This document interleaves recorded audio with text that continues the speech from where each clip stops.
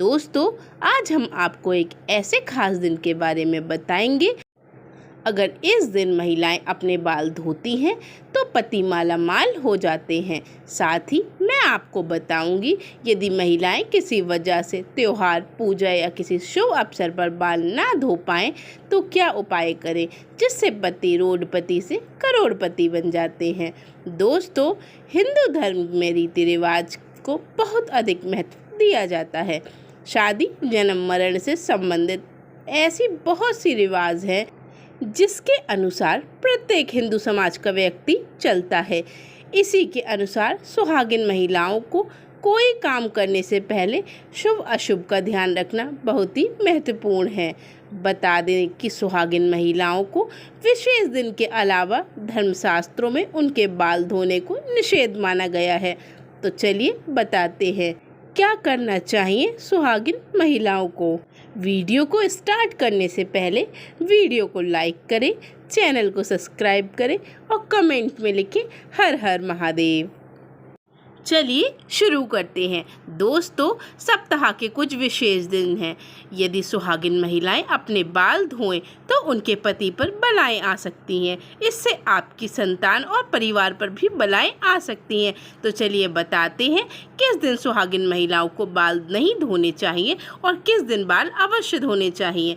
दोस्तों, सबसे पहले विशेष बात यह है कि बुधवार को कुंवारी लड़कियों को बाल नहीं धोना चाहिए। यदि कोई लड़की बाल धोती है तो उसके भाई पर बड़े से बड़े संकट आते हैं जिससे कई बार आप सोच भी नहीं सकते।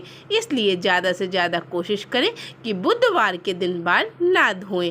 दूसरी बात, जो महिलाएं गुरुवार को अपने बाल धोती हैं उसके पति की आयु कम होती जाती है। इसलिए सुहागिन महिलाओं को गुरुवार को बाल नहीं धोने चाहिए। गुरुवार के दिन ना ही अपने बालों को धोएं, ना ही बाल और नाखून काटने चाहिए। गुरुवार के दिन स्नान करने के लिए भी साबुन का इस्तेमाल नहीं करना चाहिए और ना ही कपड़े धोने चाहिए।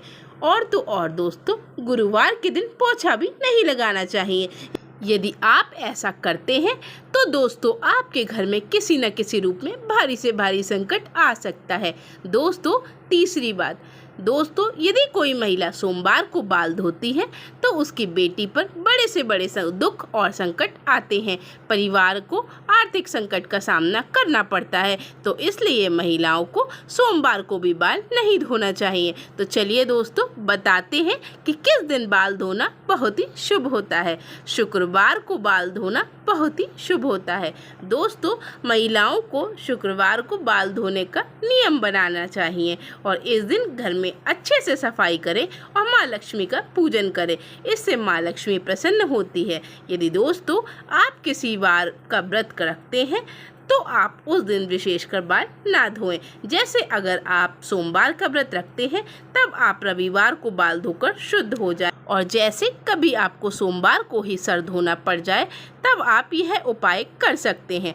दोस्तों, आप अपने बालों में कच्चा दूध लगाकर सर धोएं। यदि दोस्तों सुहागिन महिलाएं किसी पूजा में सर नहीं धो पाए तो वह अपनी मांग को भरकर पूजा में बैठ सकती हैं।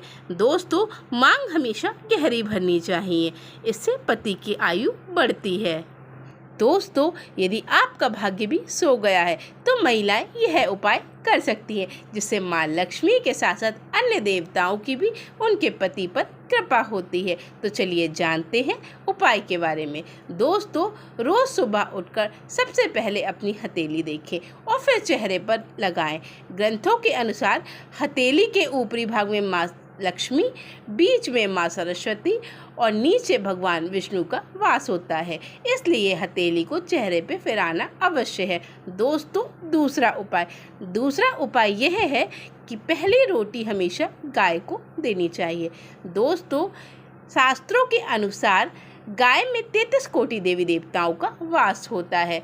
दोस्तों, 33 कोटि देवी देवताओं को तो भोग लगाना अत्यंत मुश्किल कार्य है। इसलिए आप अपने घर की पहली रोटी गाय को दिया करें। गाय को रोटी देने से आपके घर की नकारात्मक शक्ति सारी चली जाती है और आपके घर में सकारात्मक शक्तियों का वास होता है। दोस्तों, तीसरा नियम, सुबह उठकर सबसे पहले झाड़ू लगाएं। बासी घर में काम नहीं करना चाहिए। और सूर्य अस्त के बाद कभी झाड़ू नहीं लगाना चाहिए। इससे माँ लक्ष्मी रूठ जाती हो और व्यक्ति को धन में हानि होती है। दोस्तों, तीसरा उपाय, दोस्तों पीपल पर जल चढ़ाएं।